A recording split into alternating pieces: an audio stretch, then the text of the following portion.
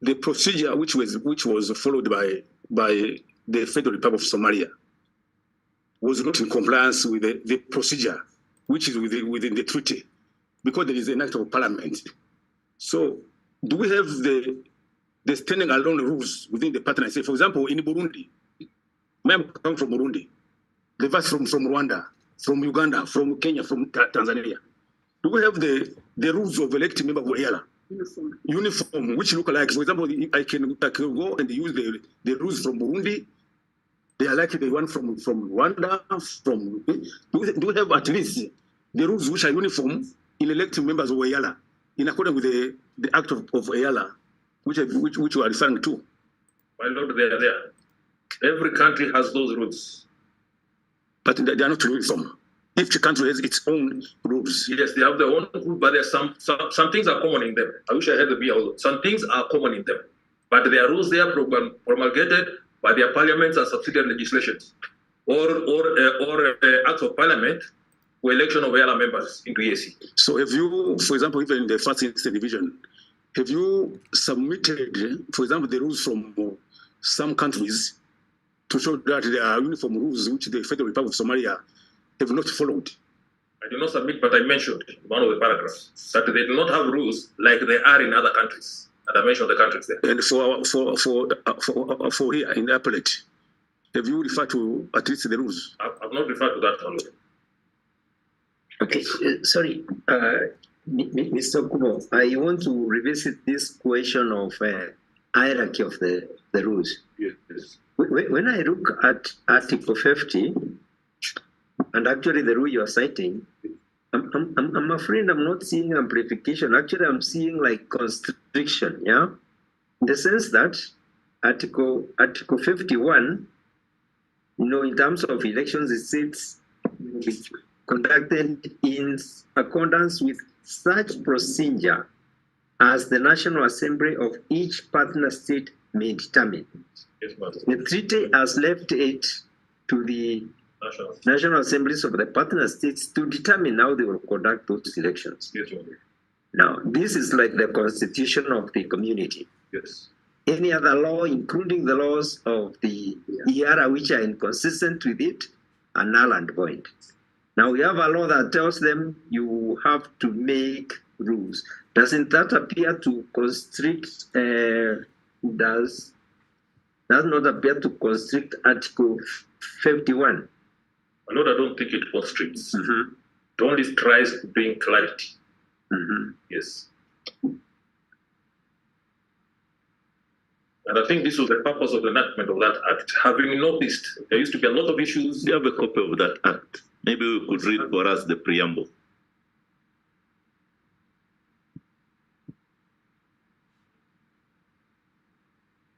And please, as you are doing that, I'm looking at this decision of the court in the Uganda case of Abdul Katuntu. Yes, my lord. Listen to this statement of the court.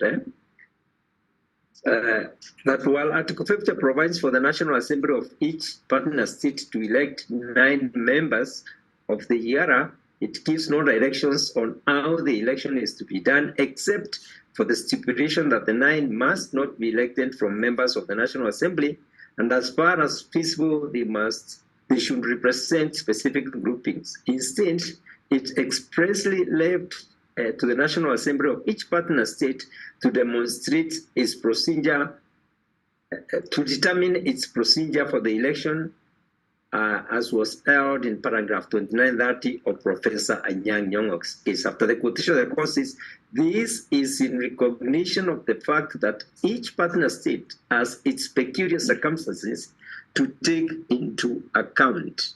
I mean, we've been told about the history of Somalia and the kind of situations they have had to deal with.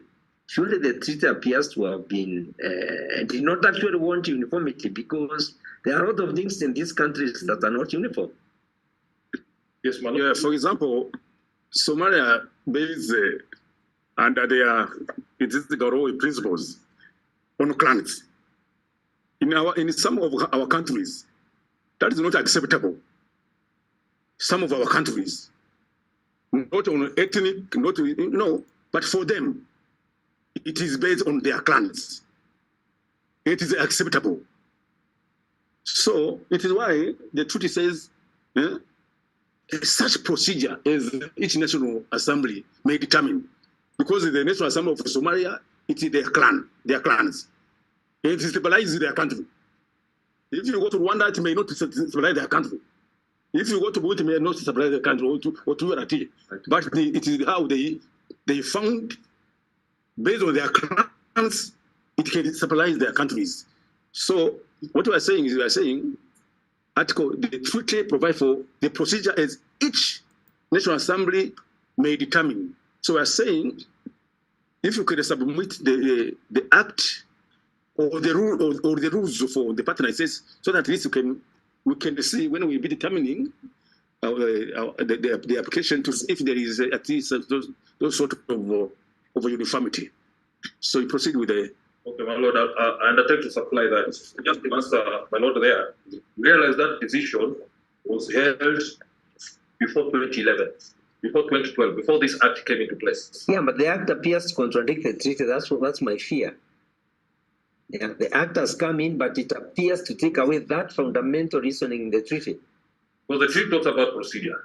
The act comes and say you make rules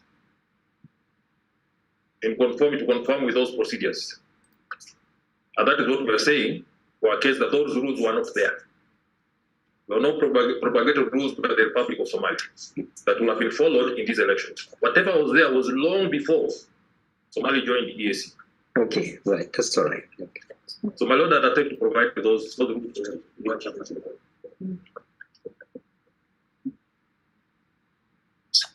My lord, the other elections must be transparent, democratic, and strictly in accordance with the treaty. Where there's non-compliance, then they must be validated. As earlier on said, the legal test is where there is an accusal case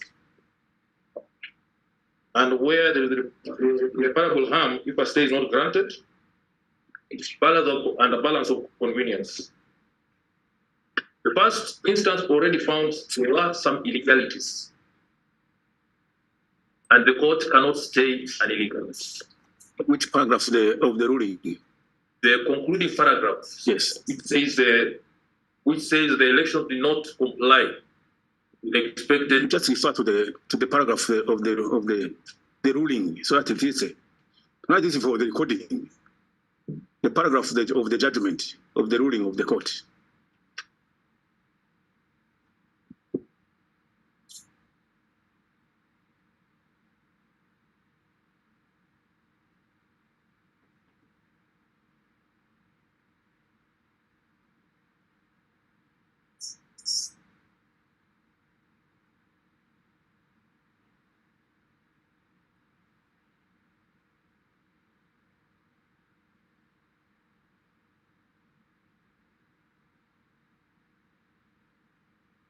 I think it's paragraph 52 or 53 of the ruling to assist you. Yes, paragraph 53. Can you read it? On the face of it, the ostensible election process contravened the conclusion of the treaty by failing to ensure a transparent, competitive, and representative election. That's maybe counsel. How did the first instance division? Because you have not argued already the reference on merit. So how did the judges of the first division, who have not even gone to the main reference, found that the election process contravened Article 50. It was not transparent. It was not competitive. So how did they come to know without? So what is then now the purpose of the reference? If they have already found it was according to the treaty, it was not transparent, it was not competitive. Don't we think they have already decided the reference? How did you come to know that? Well, I don't think they've decided the reference in fully. They only dealt with one arm of the application. Yeah, but it's you is saying they have already found an illegality and you cannot see an illegality. Yes, prima facie, they are saying they hold an illegality. No, but it can't be. Paragraph 53 says prima facie, they hold an illegality. Okay. Proceed. Proceed. So, my Lord, I was saying, a stay cannot be used to suspend an execution of a court order. The court did eventually found that the procedure was not valid. It was unlawful. And that again is compounded by the admission in paragraph. What am I saying? I don't get you clearly. You say a stay cannot be used to do what? Just get back. Suspend an execution of a court order. Because if they stay this, if you grant a stay, then the court order given, the first instance, cannot be executed. So you are saying our division here, yes, as we are sitting here, yes, we don't have ability or power to stay the order by the first instance division. You can stay, my Lord, but I'm saying yes, this was founded. You cannot stay because we are saying it was an illegality had been established by the first. Okay. Yes. Okay. You can stay. Okay. But now we're saying where an illegality, violation of the law has been established, then the court should not be asked to stay.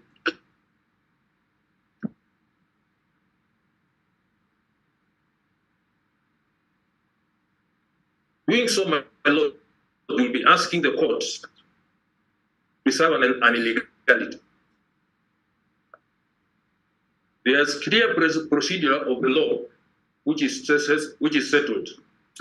And in that case, we cannot say there are triable issues here, because there cannot be triable issues where there is even an admission that yes, indeed, we did not have the rules that will guide us in conducting these elections. Secondly, my Lord,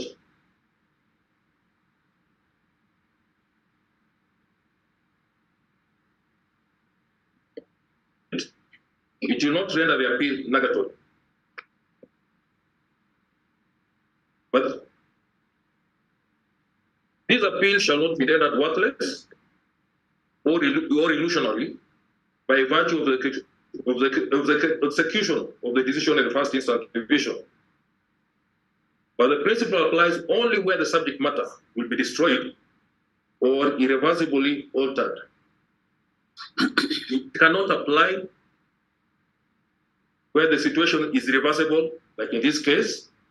It cannot apply where the harm seems personal, like in this case, and it cannot apply where there are no vested legal rights. The current case, my lords, the court found procedures were unlawful, and EAC membership must depend on lawful elections. There is nothing to preserve. There is nothing to lose, and nothing. EALA is not going anywhere. EALA has been functioning. So, as at when they win the appeal, they can always take their position. Secondly, also,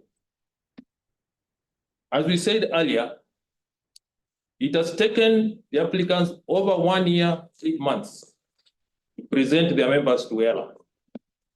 There will be nothing harm in waiting a little bit longer, a short period, to have everything put in place correctly. How short? You're saying a short period. How short? And also, you know, Mr. Okubo, you have been the registrar of this court. Yes, my lord. You are not a stranger of this court. Yes, I'm not. You have been the registrar of this court. You have been managing the businesses of this court until you retired. You know this court how it is. More than anyone else here, because you served this court for many years as a registrar of this court. So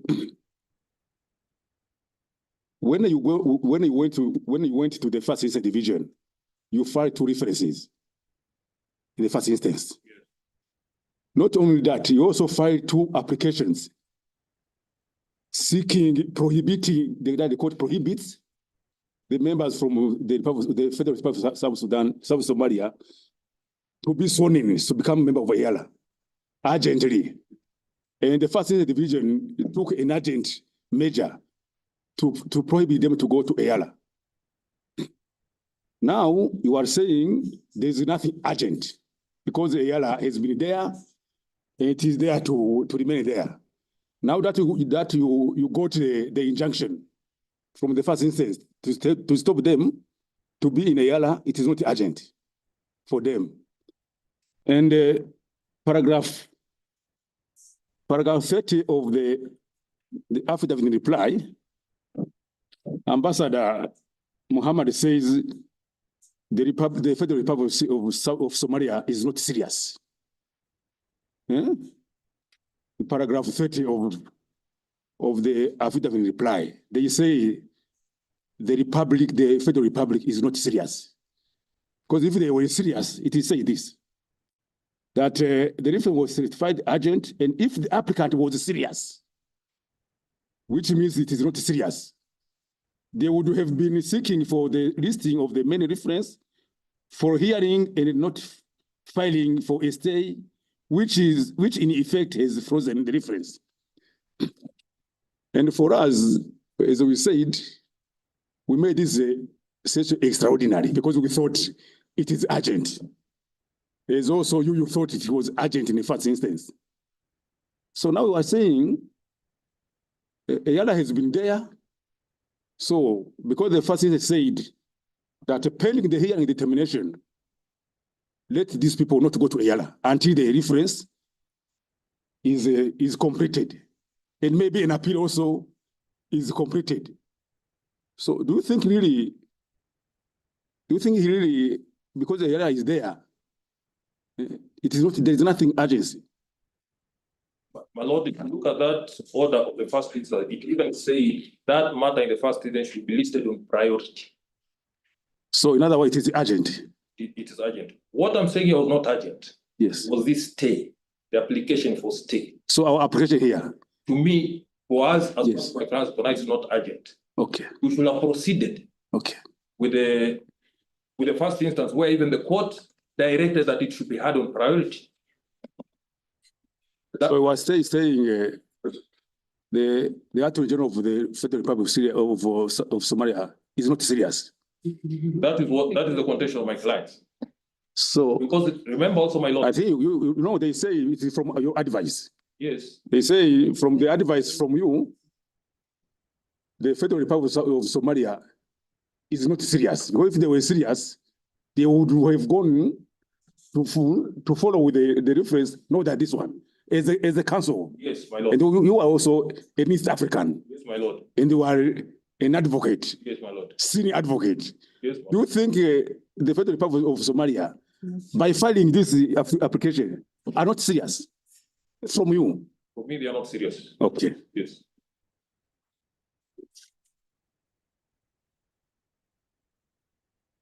My Lord, granting a stay at this stage, it will mean any election that is contested will be insulated by filing an appeal. If there's any party at risk of being rendered nugatory, then it is the respondents and the community at large. Because once these members sit, they participate in the decisions, legislation are influenced. That cannot be undone, unlike if they are not sitting. Also, my Lord, looking at this application, if these orders are granted, in fact, it extinguishes the interest and the case at the lower courts. Because that is exactly what the applicants were seeking to stop. Now, if they are allowed to go and take their position, then it almost extinguishes the case at the first instance division. So what you are saying, my Lord, is that they have no vested rights. Whatever they're claiming is easily reversible. These orders are preserving the status quo as of now. And it will maintain that until the court is given an opportunity to make a final decision, which they can appeal to thereafter, but not at this stage. The appeal remains alive and effective. Public interest here will override private ambitions, and granting the stay will itself cause more nugatory harm to the community and the applicants. The nugatory argument is therefore legally unsustainable and must be rejected in its entirety. Finally, my lords, we oppose this application, and the application should be dismissed, and the courts be given an opportunity to hear the matter on its full merit. Submit. Yeah, thank you. Maybe before council can make a rebuttal, have you filed any authority of what you are saying? I did not file any authority. Yeah. So why you are making arguments, but there is no authority? There is no authority, my lord, because some of these the arguments I'm making are so clear, factual under the law, the way the law states. So from the record here, we are saying that the respondents have not filed any authority because the arguments are clear. It's what we are saying. Okay. Maybe some before he comes in. Yes. Before he does the rejoining. Yes. Council Okubo. I just want clarification on one matter. The applicant says that the judges committed procedural irregularity when they failed to properly assess and apply the facts. In fact, he went further and said that the judges entertained extraneous facts which had not been pleaded. And I gave an example that there was no mention of Justice and Solidarity Party. And said, because of this, we now have an arguable appeal before this court. How would you respond to that? Maybe to go with that one. Do we have the political parties in the parliament of the Federal Republic of Somalia? Do we have the ruling party and the opposition parties in the structure of politics of the national parliaments of Somalia? Because the judge of the first instance division, they say it was not inclusive because it was based on that ruling party. Do we have from the structure in the parliament of Somalia, in the upper house and house of the people, do we have the ruling party and also the opposition? Because for us, even if you say that we can go and fetch and make research, what do you have in the parliament of Somalia? I think in parliament, there are no political parties, but in the whole political structure, there are opposition. Let us not say, I think, let us agree. Because it is on record, this one. Because from the first instance division, the basis of their decision, it is because there was a list of people from the ruling party, predominantly from the ruling party, who have been taking care. This party, this solidarity, is it a ruling party in the parliament of Somalia? Do we have opposition parties in the parliament of Somalia? Try to get this clarification. Because it's the basis. If you read at this one, that they have not been transparent, they have not been conclusive. What is not what we think, what is there on the ground?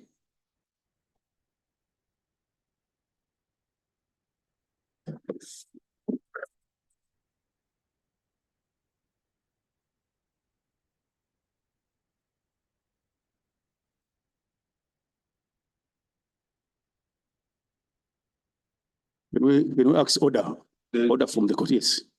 There are no political parties in the parliament. There's no only party and opposition parties.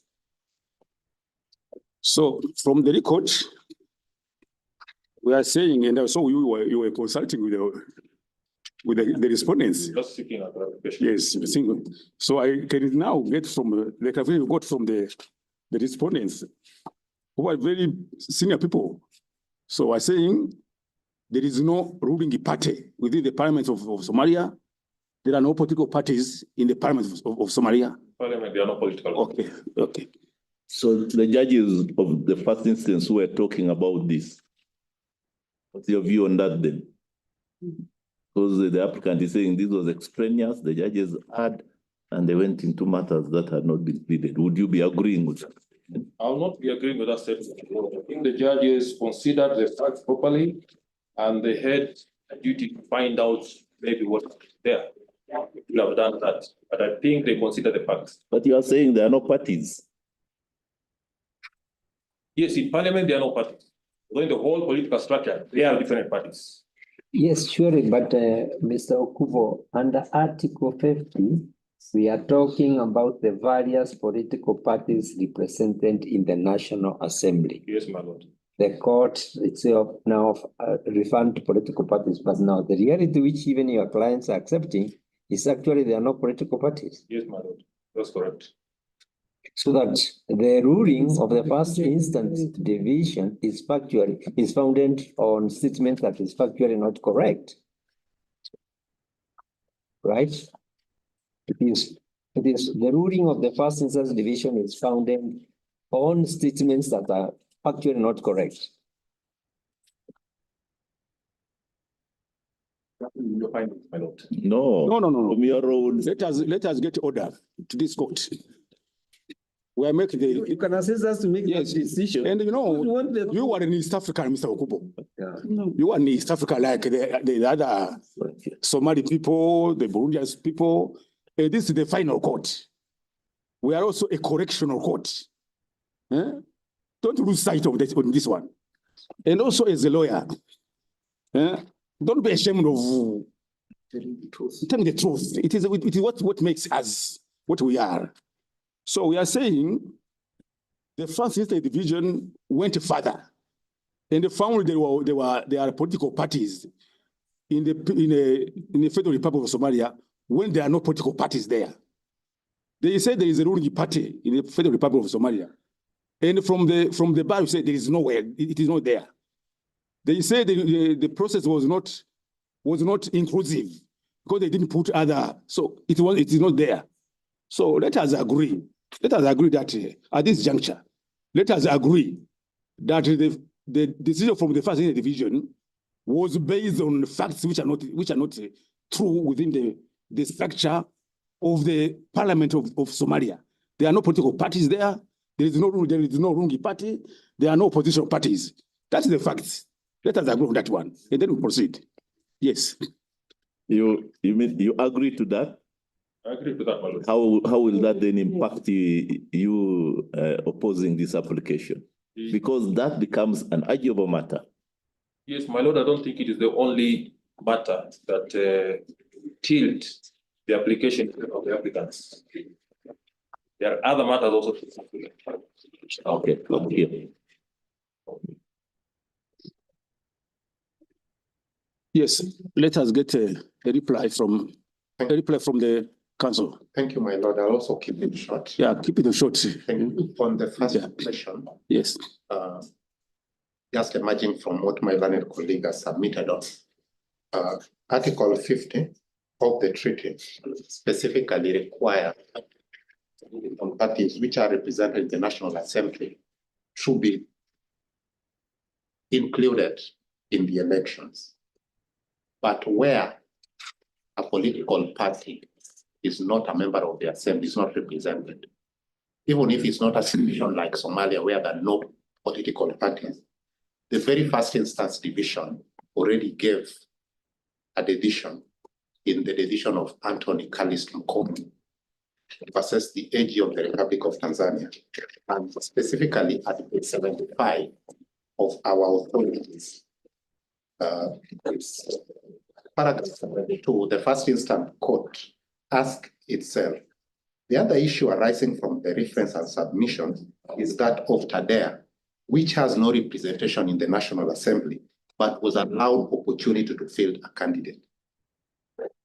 The above requires no more than a firm finding that under Article 50 sub-Article 1 of the treaty, the words various political parties represented in the National Assembly, if interpreted literally, would mean that a political party with no representation in parliament cannot field a candidate in the Yala election. And the court went ahead at paragraph 75 to find that it was a violation by the National Assembly of the United Republic of Tanzania to allow a candidate sponsored by a political party when that political party had no representation in parliament.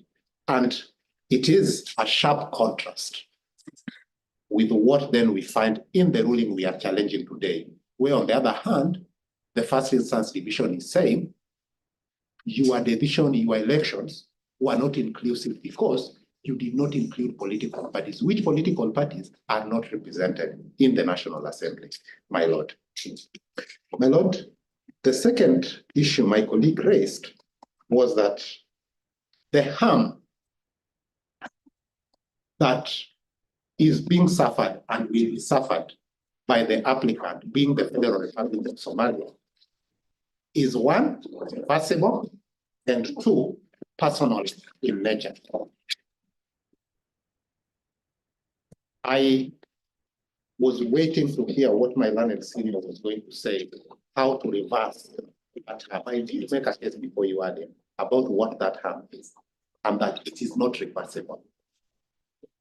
Up to this point, my lord, you've not been supplied with materials, with facts, and even with a formula of how failure of the elected members to take on office will be reversed, and how we will remedy the entire period for which they were elected and did not serve. That has not come from the respondents. That it's a harm of personal nature. For once, the Federal Republic of Somalia is a partner state. The harm being argued is a harm affecting partner state, not one individual. We are not here representing members who are elected. None of them is before this court. None of them is a party in this proceeding. No, we are representing the interest of the Federal Republic. It cannot be personal. Interest in advancing integration, in serving the citizen, is not an interest of personal nature as claimed. On the other hand, the interest of the three respondents is actually personal in nature, and they've brought it out. You know, they're saying we want to go and serve the other, we are qualified. It's a very personal interest. So between the respondent's interest and the applicant's interest, the one which is personal is very clear. It is the respondent's interest. My lord, a question had arisen earlier by my lady asking whether it was by accident that the second respondent, Abil Yusuf's name, found itself in the list at page 191. With due respect, my learned senior was not very candid about that issue. He did indicate that his clerks were not aware of the election taking place. He doesn't know how his name came to be there. But I'll refer you to the very record that's before you, starting at page 51. That page 51 is an affidavit by the first respondent, Ambassador Awil. At page 51, first at page 49, paragraph 5, he says, him and his co-applicant, that is the second respondent, Abdullah, they expressed intentions. I want to build on how that name found itself there. First, they expressed intentions. So they were aware of elections and they expressed their intention. That expression of intention, specifically by Ambassador Awil, you can see at page 5 of that document. And here is his document, this is Ambassador Awil's document. That is his letter in order to the selection committee, that special committee, and expressed his candidate on 12th of October. 2025. No, they said they wanted to be elected, Yes. but they were locked out. So we are moving in and I'll demonstrate that they were actually participants. And in elections, you have winners and losers. And if you don't qualify under the qualification criteria, you cannot force yourself. That's why we have the qualification criteria. But if you are nominated, if you qualify, there's an election which you can win or lose. Abdul Noor lost it. And I wanted to go there and really express. When you look at Abdul Noor's own affidavit, it's at page 68. At page 68, he says, I equally expressed my intention to Somali Parliament for one of those lots. And then he goes ahead at paragraph 18, so at paragraph 17, and says that those procedures, this is Abdul Noor, the second respondent, that those procedures were clearly designed to lock me and Ahmed out of the competition, as it was punitive and impossible to raise $10,000 within a short time. The same was discriminatory and fraudulent. And he proceeds at paragraph 22 to say that asking me for punitive charges of $20,000 to contest was tantamount to unequivocal discrimination and denied me equal protection of the law. This very Abdul Noor, you heard from his counsel that he paid the $10,000. In paragraph 22, he claims he was locked out because of that $10,000. But from his counsel, it's clear he paid. And in fact, when you proceed to page 113 of that bundle, you will see the receipt supplied by Abdul Noor, the second respondent, of payment of that $10,000. Does it therefore mean that he deliberately misled the first instance division by claiming he was locked out because of a punitive amount? Secondly, when you flip the next page, you clearly see, page 114, a certificate of nomination issued to Abdul Noor, the second respondent, by the Special Committee of Parliament, allowing him to proceed and contest, having been cleared because he met the criteria. And therefore, if when Abdul Noor through the council says he does not know how his name found its way at page 191, we must then ask one question. After he made the payment, because the documents I'm referring to were produced in court by Abdul Noor, not us, by Abdul Noor himself. If he paid $10,000, then how was he locked out? Because the basis of the finding. Maybe because there were no rules. That's the first, but he said he was locked out because of $10,000, which he paid. The secondly, if he was given the certificate of nomination, which he produced in court, how was he locked out? Has he offered an explanation what happened after he had paid and he was given the certificate? Have we seen anywhere where he's writing complaining, I made payment, I was given a nomination certificate. After that, I have not been told of anything. But we submit that Abdul Noor was part of Parliament. He was within Parliament. Unfortunately, due to oversight, I was not able to bring in photos that were officially taken in Parliament and video showing the candidates in Parliament. And he was one of them. And I can state that candidly because it has been shown to me. He's a gentleman I also know. So I could see by his face and the video. No, let's not go to facts. Let us not go there. It's not going to give evidence from them. Yeah. My Lord. But I think with this application. But my Lord, I wanted to submit. Yes. The name finding itself at page 191 was not by any accident or without his knowledge. It was part and parcel of that election based on those two documents alone. And it was also clear that Abdul Noor misled the first instance by claiming he was locked out and he was denied nominations when in fact he was nominated. On the rules and on the act and the treaty, what do you say about the act and the treaty? Thank you, my Lord. I think we are trying to wind it up. Thank you, my Lord. Yes. Deliberately, we've not even made any reference to the Act because the treaty, Article 50 of the treaty, does not leave room for EALA to make any laws concerning elections in the member states. When we look at that article, it talks about that election, the National Assembly shall elect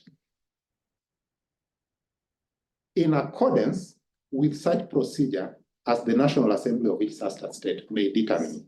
There is no reference to in accordance to Act. No, I mean, we are lawyers and the international lawyers. And also we are assisting our partner states.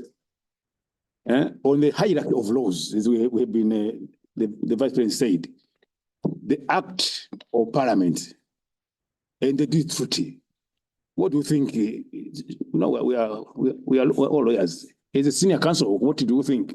First, my lord, the treaty is what we would refer to as the Grundnorm, meaning there's nothing that sits above the treaty. The treaty is final. And if there's tension between a law passed by EALA and the treaty, a provision of that law and the treaty, then the treaty provisions take precedence. And it is on the basis that this court can actually declare that a law passed by EALA is inconsistent with the treaty. The treaty is the constitution of the community. The treaty is onto the treaty. But importantly, my lord, EALA cannot pass a law where the treaty has not given it the mandate to make that law. The treaty does not envisage that EALA will make some laws that will be used. EALA could think of making model laws, which is okay. Make model laws for the partner states. They are not binding, but they can adopt them. Please adopt this as your election procedure, but not a law binding on anybody under Article 50. That's my understanding, my lord.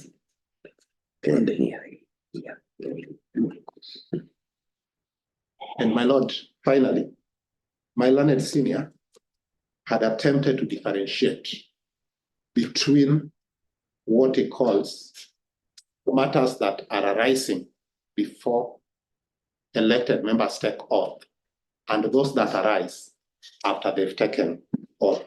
With due respect, and we'll be arguing in the appeal that the introduction of the term pre-sitting and post-sitting by the first instance division does not accord with the treaty. The treaty does not talk about sitting, but use election. And so, if the question is about whether a member has been validly elected or not, whether that member has taken a seat at EALA or they've not taken off, that question is to be dealt with under Article 52. Article 50 does not make any provision for the court to make any decision. In fact, by practice, the court has restrained itself and has always held that questions left. What do you mean? You say under Article 50? Yes, there's no provision. Yes. The court. Our court. Yes. Yes. There's no provision. Unlike Article 52, which has an express provision that the institutions of partner states can deal with questions of elections. Article 50 does not have something else. But Mr. Omo, if a party alleges that a partner state has violated Article 50 of the state, of the treaty, does the treaty have to have a specific provision there that you can come to the court? No. Yeah. It's in fact, that's where I was going to, my lord. Yes. That Article 50 has no express provision for doing a challenge, while Article 52, on the other hand, has an express. But that does not preclude a party who sees a partner state has violated Article 50 from coming to the court. No? And also, It doesn't. Mr. Huntington, we have cases here, which are even alive in the first instance. So there is no provision of the treaty. If, for example, the respondent says they have not been election. They think they have not been election. The respondents. And Article 50, they say they have been locked out from participating in the elections. So they came under Article 50. If, you know, even in the Anyang Nyong, they came, they say they have not been election under Article 50. So they came under Article 50. So I think let us not go on that one, because some of the matter are still ongoing, you know, and you know, they don't take it as there, the final court. Thank you, my lord. So let us not go there, because the reference is still there, the appeal is still here. So let us stay only on our application. Thank you. And then, yeah. I stand to guide Yes. I just wanted to relate it with what we see in the partner states, Okay. what we call the doctrine of constitutional avoidance. Okay. That where the Constitution, or where the law provides partners, don't rush to invoke final courts or you know, you don't rush to this court when you could explore those remedies elsewhere. Under which rule, Mr. Armo? Under Article, You know, let you conclude so that you will confuse yourself. You know, this treaty does not provide any exhaustive remedies.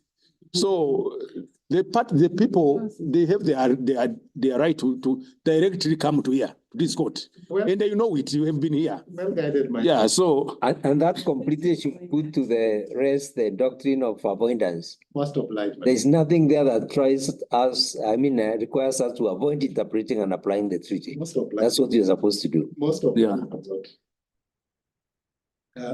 My lord, I'd made a reference to the decision in Anthony Calist Makela, the appellate decision, which is part of our bundle. That should be. You've done it many times. Yes, I just as I do the conclusion. Maybe before we conclude, the issue of costs.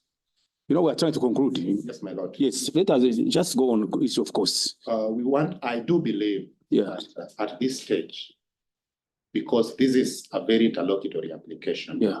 the issue of cost as practice will always be left to be determined in an appeal. Okay. And deliberately, we've not argued seeking cost at this stage. Okay. Knowing very well we are still at very interlocutory stage. Okay. So that if you determine the appeal, whichever way you determine, then you Yeah. deal with the issue of cost Okay. at that stage. Okay. But my lord, I just wanted to conclude to say that based on the submissions made before you today, that you are able to distinguish and see clearly who is likely to suffer irreversible harm in this case. And The issue of authority, that the respondents have not made any authority. Do you have anything to say on that one? not at all. We had a discussion with my learned colleagues, Okay. my lord, and it's understandable. We were also working under constrained times. People Okay. are just coming from holiday. Okay. And I don't think it's prejudicial, Okay. especially given that whatever decisions is making reference to are decisions of the court. Okay. That the court can easily make reference to. Okay. Most of them. And you still believe that the applicant is serious? Or they say that he is not serious? My lord, indeed, Yes. when a party comes to the court, Yes. they are serious. We also believe that even the references, even though we doubt their merit, Yeah. we believe that any applicant who comes to court Okay. is serious Okay. as long as they are in a violation of the treaty.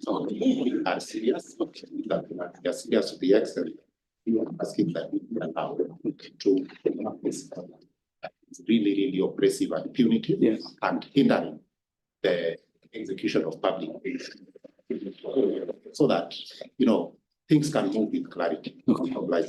So before we take leave, I wish to thank you, all the parties, the council for the applicants, but also council for the respondents, the collaboration we entertain between you and between also the court, but also for the people of the Federal Republic of Somalia, the respondents, and also those for the government. You kept quiet in the court. It is how the court normally will operate.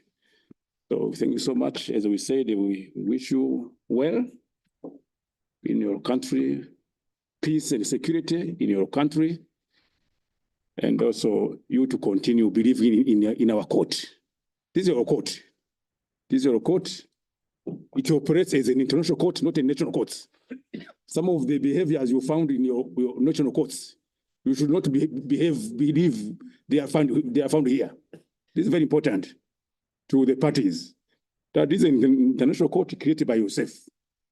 So believe in this court for both the parties. And the ruling of this court will be delivered on Monday. On Monday, 19th, we've come for this one. So the ruling of this court will be delivered on Monday, 19th at 11 morning. And this marks the end of our session. Nice.